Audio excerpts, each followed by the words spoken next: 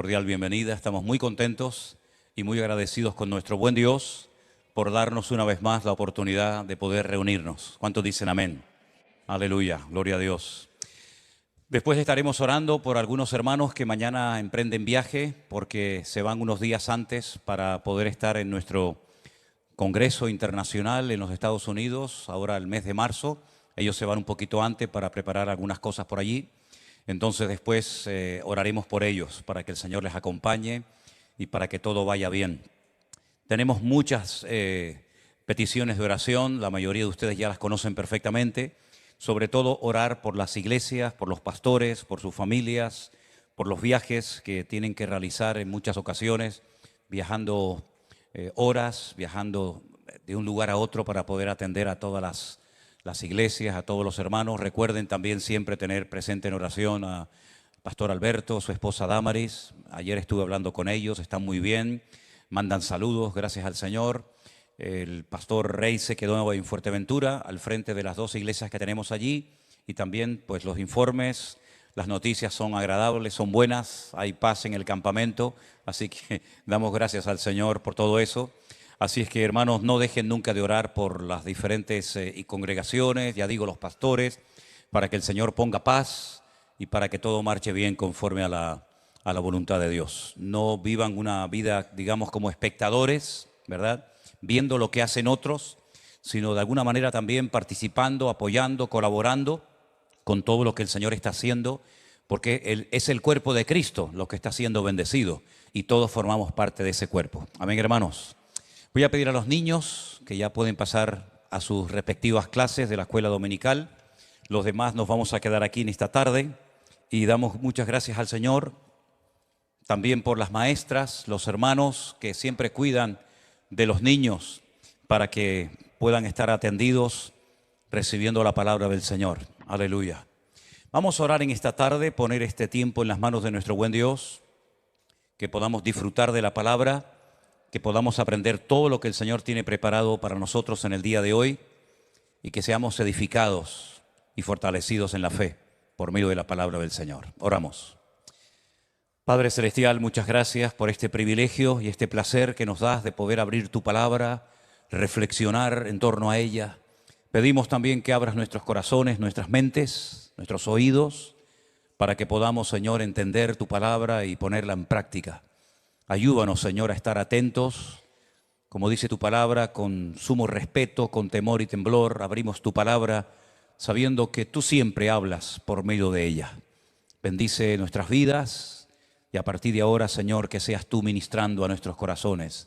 Te lo pedimos unánimemente en el nombre de Jesús. Amén y amén.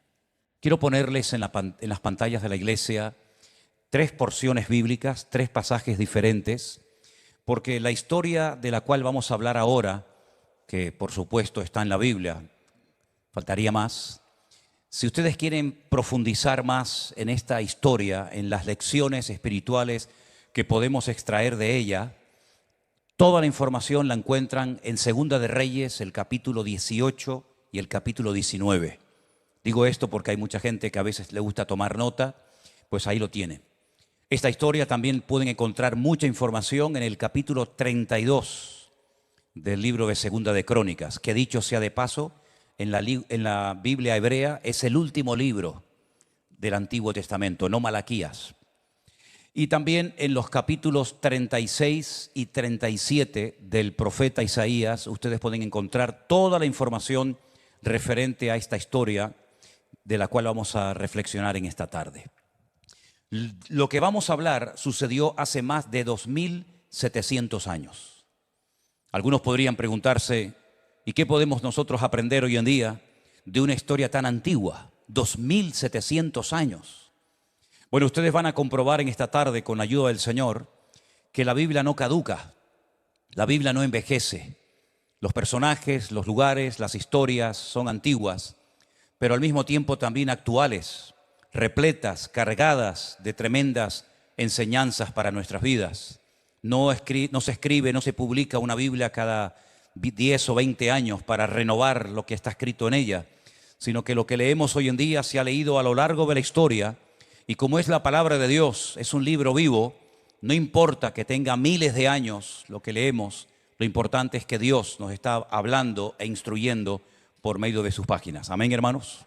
Ahora bien, en esta historia vamos a aprender varias cosas fundamentales. Primero, a mantener nuestra fe en medio de la presión.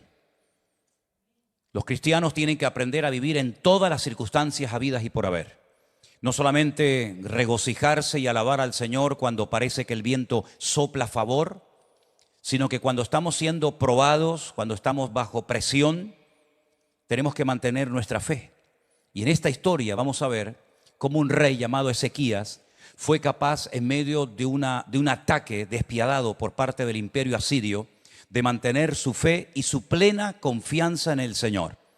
Después vamos a leer algunas palabras que él le dio al pueblo, cargadas de fe, cargadas de una confianza en el Señor total y absoluta. Pero hay algo que también vamos a ver en esta historia, en esta tarde, y es la realidad del mundo espiritual. Cómo a veces las cosas que no tienen una explicación lógica, si las analizamos, nos vamos a dar cuenta de que detrás de algunos detalles, detrás de algunos personajes, hay toda una guerra espiritual, todo un ejército de demonios que intentan de alguna manera pues apartarnos de los caminos del Señor, enfriarnos, etcétera, etcétera. La historia es la siguiente. Hay dos protagonistas principales. Uno de ellos, como acabo de decir recién, es el rey Ezequías. Un hombre que emprendió unas reformas espirituales en el país tremendas. Él heredó un país hecho pedazos. Fíjense ustedes que el templo de Jerusalén estaba cerrado. Lo habían llenado de inmundicia, de ídolos, y ya no estaba funcionando. Los sacerdotes, los levitas, que eran los que tenían que trabajar en las funciones del templo, por así decirlo, estaban en paro. Ya no ejercían sus funciones sacerdotales desde hacía mucho tiempo, muchos años. Y él lo que hace es volver a poner en funcionamiento el templo con todo lo que eso conlleva. Dice la Biblia que una de las cosas que él dijo es que limpiaran, que sacaran toda la inmundicia, toda la basura del templo. Y cuando lo hicieron, pues él se dio cuenta de que el templo necesitaba de un personal, que eran los levitas, los sacerdotes, para poder poner aquello en funcionamiento. Y él lo hizo. No solamente eso, sino que se dedicó a quitar todos los ídolos que se habían ido acumulando y tomando posesión, sobre todo de la ciudad de Jerusalén, durante su época. Fue un hombre que fue muy usado, muy bendecido por el Señor. Él sube al trono cuando tiene solamente 25 años de edad, pero es un hombre que en un momento puntual de la vida contrae una enfermedad que le va a producir la muerte, y de hecho el profeta de su época, que es el profeta nada más y nada menos que Isaías, va y le dice que se prepare porque va a morir. Y entonces él dice que oró, se humilló delante del Señor, y el Señor le da otro mensaje al profeta Isaías y le dice: dile a mi siervo, dile al rey Ezequías, que he visto y he oído su oración, y le voy a dar 15 años más de vida. Todo esto ocurrió en la vida de este hombre. Recientemente, como saben ustedes, hemos estado en Israel y los últimos días generalmente los pasamos en la ciudad de Jerusalén, y llevé al grupo por unos túneles subterráneos que los mandó a construir precisamente este rey del cual estamos hablando en esta tarde, el rey Ezequías. Él sabía perfectamente que en cualquier momento el enemigo podía atacarlo, y una de las cosas que se hacía en aquella época, que daba muy buenos resultados, dicho sea de paso, era cortarles el suministro de agua a las ciudades. De esa manera, tarde o temprano, se rendirían o terminarían todos muertos de sed. Entonces lo que él hace es que emprende una labor titánica y manda construir un túnel subterráneo de más de 550 metros de largo. Túnel que se puede visitar en el día de hoy. Tiene varias ramificaciones. Una parte, digamos, seca, por donde ya no circula el agua, y otra parte por donde, no sé por qué, a muchos hermanos les gusta caminar, que les llega el agua hasta las rodillas, y depende de la altura de algunas hermanas que suelen ser muy bajitas, pues más arriba de la cintura. Una hermana muy pequeñito, lo digo como muy pequeñita, como una anécdota, me dijo: pastor, ¿usted cree que puedo pasar por el túnel de agua? Y yo la miré y le dije: ¿usted sabe nadar, hermana? Dice, no, es que me han dicho que llega a la cintura. Digo, sí, en una estatura normal, sí. Pero en el caso suyo probablemente le llega al cuello. Es curioso que en la ciudad de Jericó, que no hay mar, todas las tiendas tienen docenas y docenas de flotadores en las tiendas. Y nos preguntamos muchas veces, ¿cómo es posible que en pleno desierto todas las tiendas de Jericó vendan flotadores? Todavía no hemos obtenido una respuesta coherente. Tal vez están esperando otro diluvio, vete tú a saber, ¿no? Pero él fue el que hizo el túnel y fíjense, realmente es algo increíble. No lo hicieron, digamos, cavando todos en la misma dirección, sino que un grupo de obreros de derecha a izquierda comenzó a cavar a pico y pala. Todavía se pueden encontrar y ver algunos objetos que se utilizaron para romper la piedra, la roca viva. Y otro grupo comenzó a cavar, digamos, de izquierda a derecha. Y se encontraron. ¿Cómo lo hicieron? Es todo un misterio.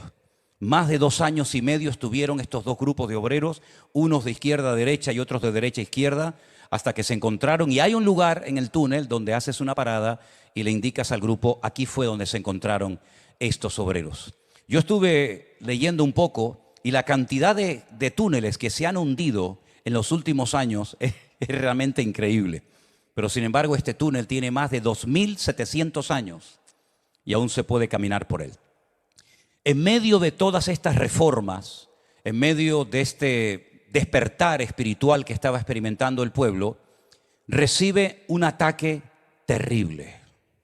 Y es aquí donde entra el otro protagonista de la historia.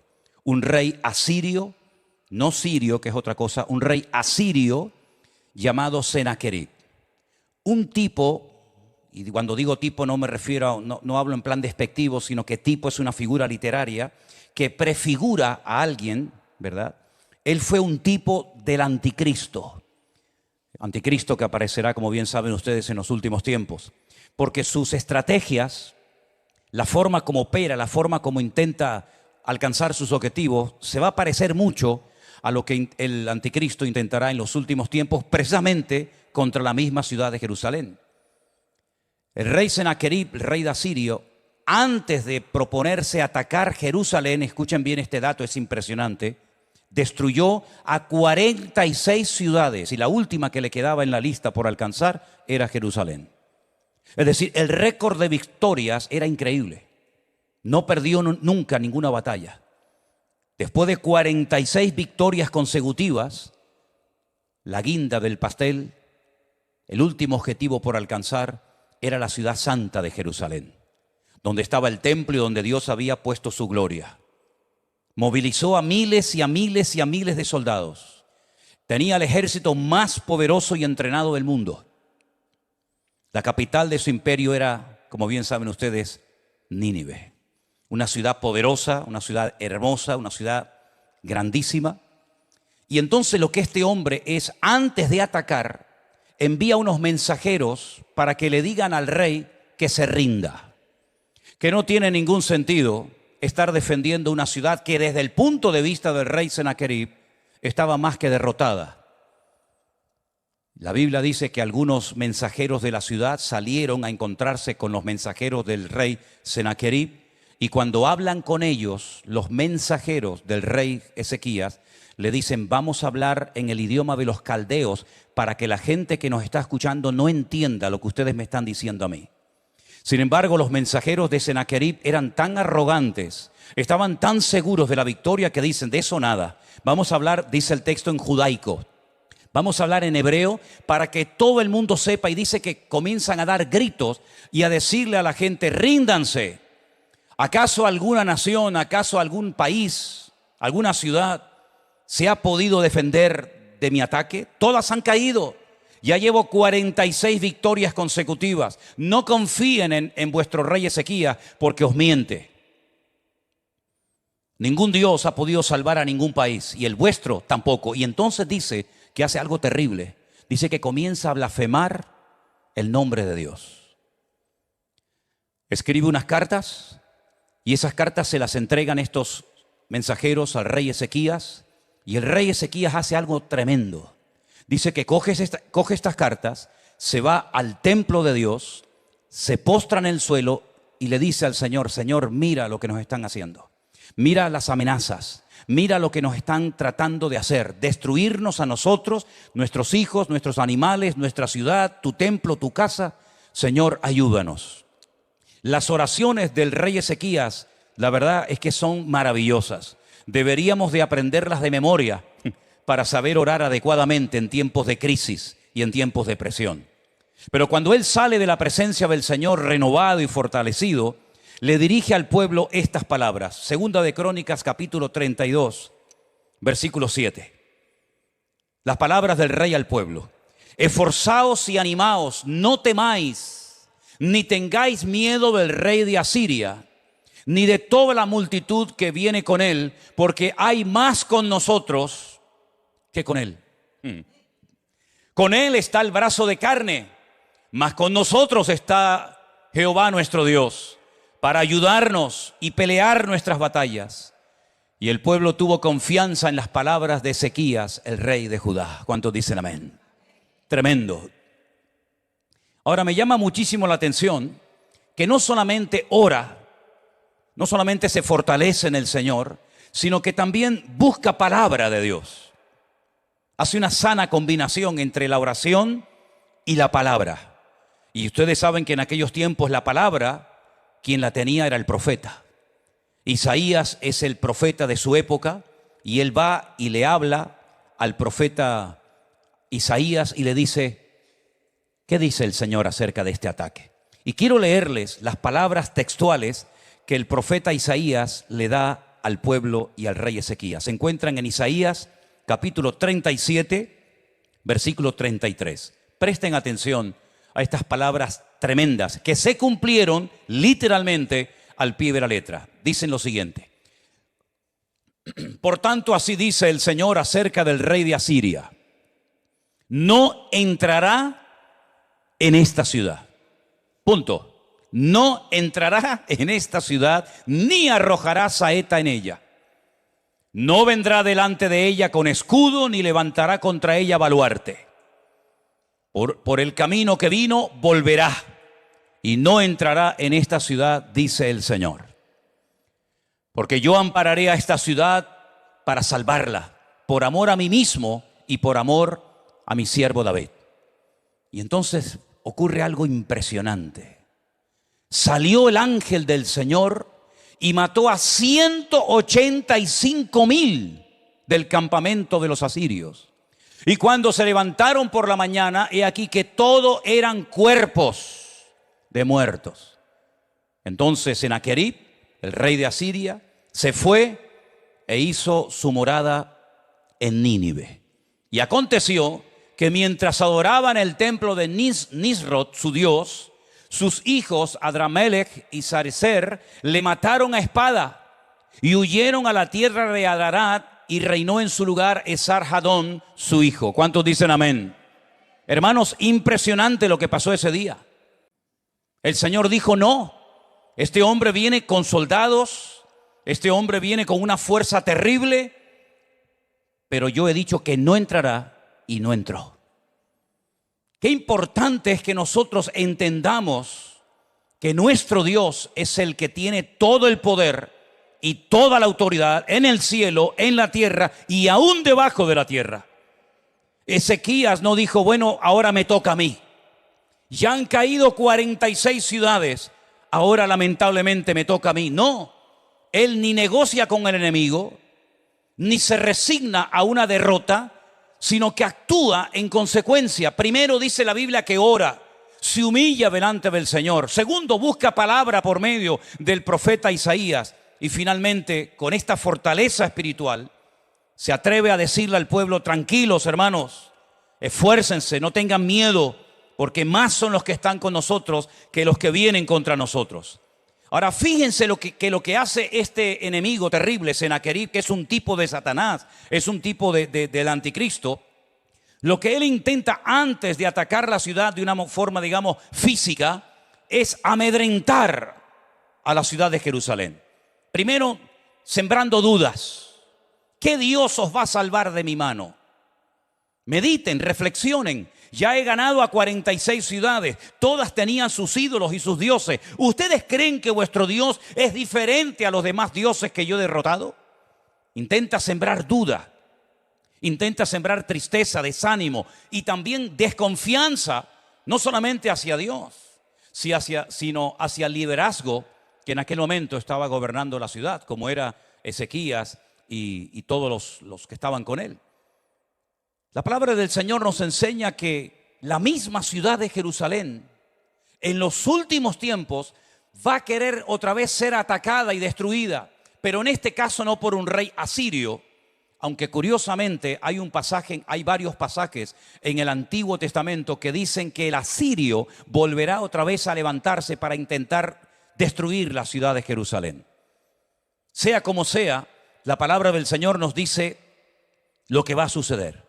Esa noche, un ángel, uno solo, no hacía falta más, un ángel del Señor, un enviado de Dios, descendió del cielo y dice que mató a 185,000 soldados asirios. Y el rey de Asiria quedó humillado y tuvo que huir a su ciudad, donde murió por mano de sus hijos mientras adoraba a su Dios falso. En los últimos tiempos la Biblia dice que cuando la ciudad de Jerusalén vuelva a ser atacada y el anticristo llegue hasta el monte de los olivos, que está enfrente de Jerusalén, descenderá del cielo el enviado del Padre, el Cordero de Dios que quita el pecado del mundo. Y dice que pondrá sus pies sobre el monte de los olivos, y el monte de los olivos se parte, y entonces es cuando todas las naciones de la tierra ven la gloria del Señor, y todos tienen que doblarse y postrarse y adorar al Rey de Reyes y al Señor de los Señores. En otras palabras, mis queridos hermanos, sí, fuertes aplausos a él si quieren. En otras palabras, la primera lección que tenemos que aprender es que Dios siempre va a cuidar de nuestras vidas. Si habéis prestado atención a la lectura que traía nuestro hermano Jerónimo, decía que aunque un ejército acampe contra mí, no temerá mi corazón, porque Él es mi luz y mi salvación. El enemigo lo va a intentar destruir tu matrimonio, lo va a intentar, no te quepa la menor duda. El enemigo va a intentar arrebatarte las bendiciones que has ido, cosechando durante todos estos años. El enemigo va a querer enfriarte, el enemigo va a querer meter en tu cabeza miedo, duda, incertidumbre, desconfianza y un largo etcétera. Pero tú tienes que aprender a estas alturas de la vida que tú no eres una víctima, sino que tú eres hijo del Dios Todopoderoso. Sennacherib tenía soldados, Sennacherib tenía caballos, Sennacherib tenía todo, menos el permiso de Dios. Y es interesante notar, porque yo a título personal he hecho una comparación entre la ciudad donde vivía Sennacherib, que era Nínive, y la ciudad donde vivía el rey Ezequías, donde estaba la gloria, la presencia del Señor, que era la pequeña ciudad de Jerusalén. Porque en aquellos tiempos Jerusalén no era una ciudad tan grande como es hoy en día. Jerusalén hoy en día no solamente es la capital eterna del Estado de Israel, sino que es una ciudad con más de 1,5 millones de habitantes. Jerusalén era una ciudad muy pequeñita en lo alto de un monte rodeada por unas murallas. Y no había tantos miles de personas viviendo en ella. Pero mientras una ciudad fue protegida por la mano de Dios, la otra ciudad fue destruida completamente. Bueno, también sabemos que el profeta Jonás fue a predicar la ciudad de Nínive para también a ellos darle una oportunidad para el arrepentimiento. Y parece ser que por lo menos en la época del profeta Jonás, los habitantes de Nínive se arrepintieron de verdad, pero tiempo más tarde volvieron otra vez a las andadas. Y la ciudad de Nínive quedó totalmente destrozada. No sé qué tiene esa ciudad, qué connotación espiritual tiene ese lugar de la tierra, allí en Irak, que cuando Alejandro Magno intentó reconstruir Nínive, murió a la edad de 33 años. Y así ha habido ya varios casos a lo largo de la historia.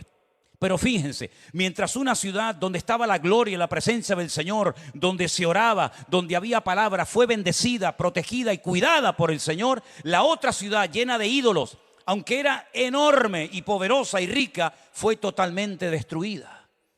Y si piensan ustedes que estas cosas solamente ocurrían en el pasado, nada que ver. Los tiempos sí son diferentes, los nombres, los países, las ciudades, pero la actitud, el mundo, la guerra espiritual sigue siendo exactamente igual. Donde se le da lugar a Dios, donde se ora, aunque no haya perfección, porque no va a haber perfección en ninguna parte, pero donde se ora, donde hay un respeto a Dios, donde la palabra se valora y se tiene en cuenta, hay bendición. Pero donde se quita y se desplaza a Dios, lo que queda es destrucción, desolación, tristeza, ruina y muerte. Y si no, miren por ejemplo los últimos 60 años, lo que ha pasado en Israel. Un país que hasta el otro día no existía. No existía. Su población había sido expulsada de su tierra por más de 2000 años. En ninguna parte los querían. Aquí los mataban, allí los humillaban, aquí los expulsaban. Pero después de casi 2000 años de exilio, lograron ir a su país. Y en 60 años han convertido el desierto en un oasis. Y muchísimas cosas que utilizamos hoy en día de la tecnología viene y procede de ese lugar, donde el 88% de los premios Nobel que ha habido a lo largo de la historia, todos son de origen israelí o judíos. Un país que no tenía carreteras, un país donde la gente moría de malaria, un país donde Mark Twain en el siglo XIX la visitó y dijo: es imposible vivir en este lugar, esto es un páramo, solamente hay gente enferma, malaria, mosquitos y bichos por todas partes. Y vayan hoy en día, por ejemplo, a la ciudad de Tel Aviv, una ciudad que no tiene nada que envidiarle a Manhattan, a Nueva York o a Singapur o a cualquier parte del mundo. Un país que ha enfrentado ya 7, 8 guerras. Pero en estos últimos 60 años un sector, un remanente ha orado, ha pedido a Dios su bendición, han buscado la palabra de Dios y es un país sin petróleo, es un país sin grandes recursos naturales como otros países del mundo, pero sin embargo es un país del cual habla todo el mundo. Y solamente en estos últimos 60 años ha surgido prácticamente de la ceniza cual ave fénix. Miren, por ejemplo, Cuba. ¿Qué ha ocurrido en los últimos 60 años? ¿Ha ido a mejor? ¿Ha habido bendición? ¿Ha habido prosperidad? Es una lástima ver una ciudad tan hermosa, una isla tan preciosa, que podrían vivir como ricos y que tienen recursos naturales tremendos, está hundida en la más absoluta miseria. ¿Por qué? Porque mientras en un lugar se ora, se respeta y se tiene en cuenta la palabra de Dios, en otro lugar le dieron una patada a Dios y lo echaron hace muchos años de ese lugar. Y las consecuencias a corto y a largo plazo, en lo natural y en lo espiritual, son tremendamente evidentes. Creo que merece la pena seguir y adorar y honrar y obedecer al Rey de Reyes y al Señor de los Señores, porque Él bendice y es galardonador de los que le buscan. Y creo que es un disparate y una auténtica temeridad cuando nos creemos sabios en nuestra propia opinión y echamos a Dios de las universidades y echamos a Dios de los congresos y echamos a Dios de las escuelas y nos creemos superiores a Dios, pero al final lo que hacemos es el ridículo y se cumple lo que dijo el Señor: separados de mí nada podéis hacer. ¿Cuántos dicen un fuerte amén? Aleluya. Ezequías se la jugó delante de Dios. Ezequías le dijo al Señor: Señor, mira sus amenazas. No tenemos, humanamente hablando, capacidad militar ni de ninguna índole para poder frenar y neutralizar y destruir al ejército más poderoso del mundo. Hermanos, a Siria nadie le pudo parar los pies, solamente Dios. Era una nación indestructible, arrogante, soberbia. Las barbaridades que hacían cuando derrotaban a una ciudad, a un país, son indescriptibles. Sin embargo, fueron humillados porque hubo un hombre que oró al Señor, clamó a Dios. Y la Biblia dice: clama a mí y yo te responderé y te enseñaré cosas grandes y ocultas que tú no conoces. Si trasladamos todo esto a nuestro tiempo actual, creo que sería bueno que leyéramos 2 de Corintios capítulo 10, donde encontramos unas palabras que nos van a venir muy bien cuando estemos bajo presión, cuando estemos pasando por luchas, por pruebas, por dificultades. 2 de Corintios capítulo 10, versículos del 3 en adelante nos dicen así: que aunque andamos en la carne, no militamos según la carne. Porque las armas de nuestra milicia no son carnales, pero son poderosas en Dios para la destrucción de fortalezas. Aleluya. Derribando argumentos y toda altivez que se levanta contra el conocimiento de Dios y llevando cautivo todo pensamiento a la obediencia de Cristo Jesús. ¿Saben lo que hizo Sennacherib? Quiso controlar al pueblo bombardeando con dudas, con miedo, la mente del pueblo. Si el enemigo logra controlar tu mente, controla todo tu ser. Porque alguien dijo que somos lo que tenemos aquí en la cabeza. ¿Se acuerdan ustedes cuando, ya es otro tiempo, otra historia, cuando volvieron del cautiverio? Porque finalmente sabemos, no en la época de Sennacherib, sino más adelante en la de Jeremías, que la ciudad finalmente fue destruida. Cuando ellos vuelven del cautiverio después de haber estado 70 años fuera de su tierra, comienzan con entusiasmo y con alegría a reconstruir el templo, las murallas, la ciudad, etc. Pero hay un momento que se paran. Y cuando aparece por allí otro profeta de la época llamado Ageo, les dice: ¿por qué la casa de Dios está abandonada? ¿Por qué ha parado la obra? ¿Por qué llevan 15 años sin poner ni un ladrillo en el templo de Jerusalén? Y todo el liderazgo religioso y político de la época, incluida la población, ¿saben lo que le decían? Es que no ha llegado el tiempo. ¿No ha llegado el qué? No ha llegado el tiempo de construir la casa de Dios. Y entonces comienza a argumentar el profeta Ageo y le dice: ¿no os dais cuenta que sembráis mucho y cosecháis poco? ¿No os dais cuenta que ya no llueve como llovía antes? ¿No os dais cuenta que vuestros animales no son tan fuertes y robustos y paren ovejas y cabras como lo hacía antaño el tiempo? ¿No os dais cuenta de que no levantáis cabeza y la economía del país está totalmente arruinado y el país está como petrificado? ¿Cómo que no es el tiempo? Y entonces, ¿cómo es posible que habéis invertido vuestras energías, vuestros recursos y vuestro tiempo en construir casas preciosas para vosotros, mientras la casa de Dios está abandonada? Habéis sustituido, habéis puesto a Dios en segundo lugar, o sabe Dios dónde, en vuestra lista de prioridades. Es el tiempo de Dios. Subid al monte, cortar madera y comenzar a poner a Dios en primer lugar en vuestra vida. Y la gloria postrera de esta casa será aún mayor que la primera. Pero ellos creían que no era el tiempo y se creyeron la gran mentira. Y siempre hemos dicho que la verdad trae libertad a nuestra vida. Pero como tú le des lugar a una mentira y te la creas, te conviertes en un esclavo. Y eso es lo que le pasó a mucha gente a lo largo de la historia, que creyeron en mentiras.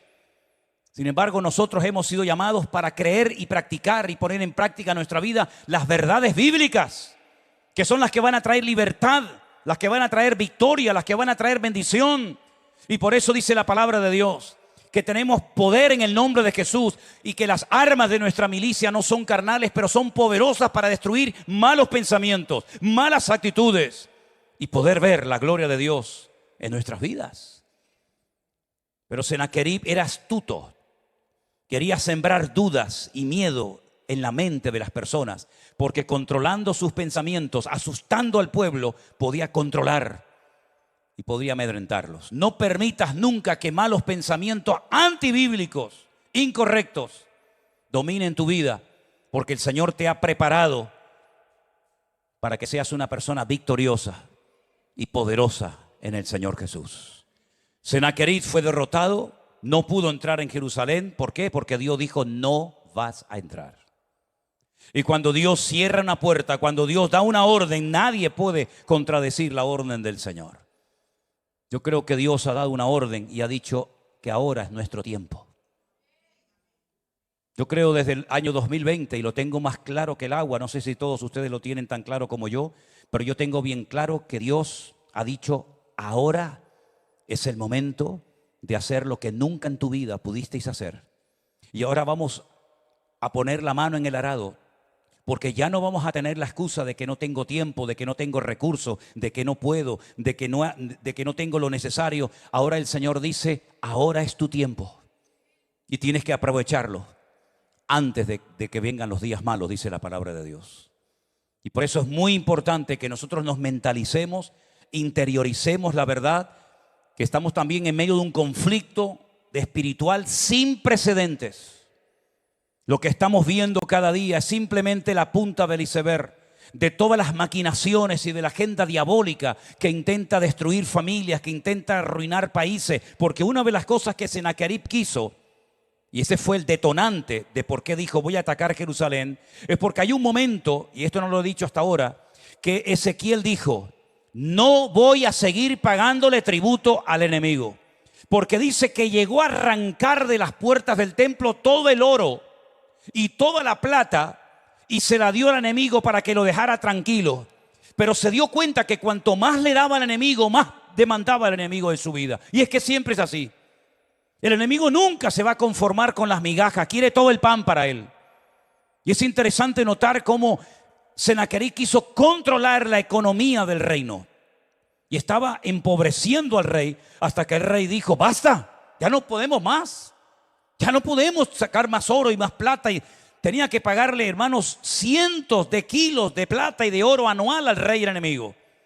Y Ezequías dijo, hasta aquí hemos llegado. Y es entonces cuando el enemigo, viendo que no está siendo complacido en sus exigencias, decide atacar Israel y Jerusalén. Llegará un momento en el que tú tendrás que pararte y decir: ni un minuto más al enemigo. ¿Piensas que el enemigo se va a escapar y se va a marchar y se va a rendir rápidamente? Lo va a intentar con toda su fuerza, pero ya estamos viendo lo que pasó. Oró, se postró delante del Señor, confió en el Señor, declaró la palabra del Señor, y el enemigo, por el camino que vino, por el camino mismo se fue. Y eso es lo que el enemigo siempre ha intentado hacer en nuestra vida. Cuando no es el pastor, es la iglesia. Cuando no es la iglesia, es el diablo. Cuando no es el diablo, es el frío. Cuando no es el frío, el calor. Y siempre buscamos como algo en lo cual justificar nuestra falta de santidad, de consagración, de servicio o lo que sea. Pero hermanos, es tiempo de que nosotros digamos: basta. Dios me ha llamado para vivir de victoria en victoria, y de gloria en gloria, y de triunfo en triunfo. Esa es la voluntad de Dios para todos y cada uno de nosotros. No es la voluntad de Dios que sigamos rindiéndole al enemigo pleitesía y prestándole atención a sus suciedades y a sus mentiras.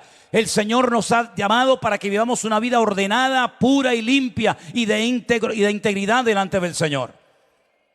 Claro, el templo tuvo que ser limpiado. ¿Y ahora quién es el templo? ¿Dónde está el templo? Somos nosotros. ¿Está limpio tu templo? Eso es lo que te tienes que preguntar. Porque la gloria de Dios no vino otra vez al templo hasta que el templo fue limpio. ¿Qué fue lo primero que hizo el Señor cuando entró en Jerusalén? Volvió a entrar al templo y tuvo que volcar las mesas de los cambistas. Y dijo aquella frase célebre que todos conocemos: habéis convertido mi casa de oración en una cueva de ladrones. No permitas que el enemigo meta basura en el templo del Espíritu Santo, el cual eres tú. Ni en tus ojos, ni en tus oídos, ni tu casa tiene que ser un lugar sagrado donde more la presencia del Señor. No compartas la bendición con el que no se la merece. No le tires las perras a los cerdos. Tu casa, tu hogar, tu mente, tu familia tiene que ser íntegramente para el servicio y la consagración del reino de Dios. Y si no eres capaz de controlar ciertas cosas, pues pide ayuda. Ezequías tuvo que pedir ayuda y decir: vayan todos los que puedan a sacar toda la inmundicia del templo. Y entonces dice la Biblia que cuando el templo estuvo limpio, volvió otra vez a funcionar y la gloria del Señor comenzó a manifestarse. Hermanos, esta historia de más de 2700 años tiene múltiples aplicaciones a nuestras vidas, que cada uno sepa para qué el Señor hoy, en este día, ha traído esta palabra. No permitas que nada ni nadie te amedrente, porque mayor es el que está contigo que el que viene contra ti. ¿Cuántos dicen amén? Cierra tus ojos, por favor. Ahí donde estás. Aleluya. Recuerda lo que dijo el Señor: no entrará a mi ciudad, no arrojará ninguna saeta contra ella. Por el camino que vino se volverá y no entrará a mi ciudad, dice el Señor. Eso es lo que tú le tienes que decir al enemigo cuando venga a molestarte. No entrarás en mi casa, no entrarás en mi vida, porque en mi vida solamente quiero honrar y glorificar a mi Señor